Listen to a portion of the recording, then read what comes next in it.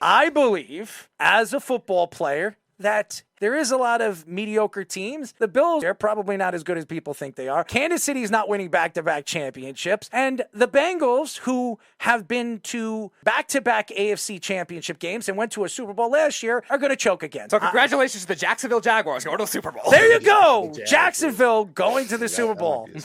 Trevor Lawrence seemed to really figure that out. So that's actually not terrible. Well, they just lost their offensive lineman for 4 games as he was suspended. Yeah. Cam Robinson, PED suspension. Don't worry, nobody got caught for gambling on that team. It seems to be taking the league by storm. 9 players now total. It's ridiculous. If you're not betting on your game, you should be allowed to bet. If it's legalized in this state, wherever you're playing, you should be allowed to bet. I am tired of this. The Pete Rose thing. They're throwing Pete Rose on the... This guy is one of the greatest baseball players of all time because he bet... Now, he shouldn't have bet on his team, but he bet his team to win, and he was the manager. What does it matter? He didn't bet against his team. He bet for the team. Pete Rose actually came in and spoke to us about gambling during an off-season program. There's definitely a lot of angst you could feel in there about just how the whole situation is going, but it definitely is a fine line, especially with how involved sports betting is getting with professional sports, and it's everywhere now. I remember growing up, New Jersey and Nevada were the only 2 states you could sports bet, and now it's just everywhere. It's unbelievable. I don't understand how players can make a bet on a game if they're not playing in it, as long as they're not playing in it. And the fact that they're suspending them, it's ridiculous. As far as from the NFL side of it, I would agree with you. But as far as like competitive advantage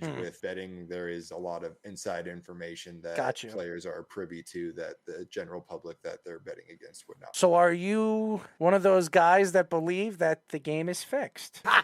Oh, man, I have had some great conversations about this. I don't believe it is. If it is, nobody has told me, and I wish they would so that I can stop stressing every Sunday.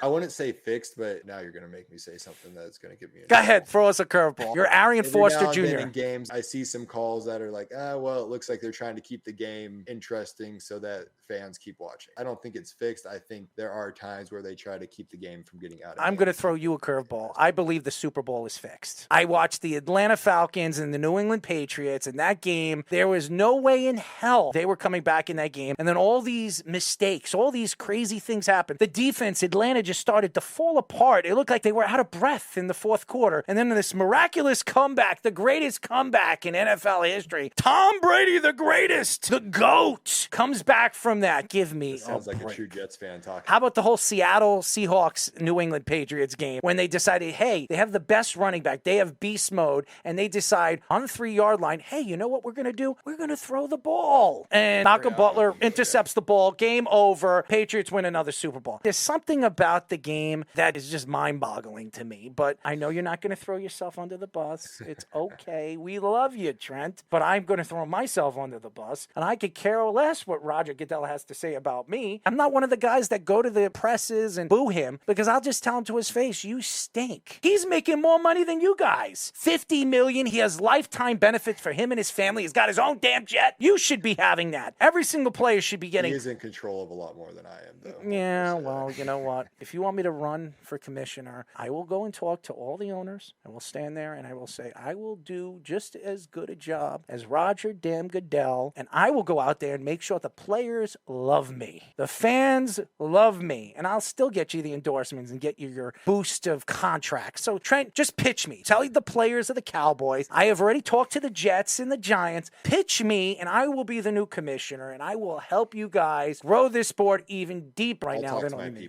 There you go. Thank you, Trent. You're going to endorse it for Jerry Jones? Jerry Jones will get on board? I need to get a little more of a name around the building before I start giving endorsements well, straight to Jerry. Just remember, Jerry likes to throw everybody a bone, especially the press, when he was telling everybody on how he drafts and how the draft board is set up. I couldn't believe he went out there. His son was sitting right there and saying, Dad, stop doing that. See, at least he's not as bad as the Browns, though. The Browns drafted Jordan Cameron when they wanted to draft Cameron Jordan, so they drafted a tight end that didn't turn out to be anything when they could have had a potentially Hall of Fame pass rusher. Did they actually get that mixed up? Yeah, they did. They wanted to draft Cameron Jordan. They wrote the wrong name on the court. Jordan Cameron was the tight end that was a 2nd or 3rd round value, and they ended up taking him late in the 1st round when they wanted to take Cameron Jordan.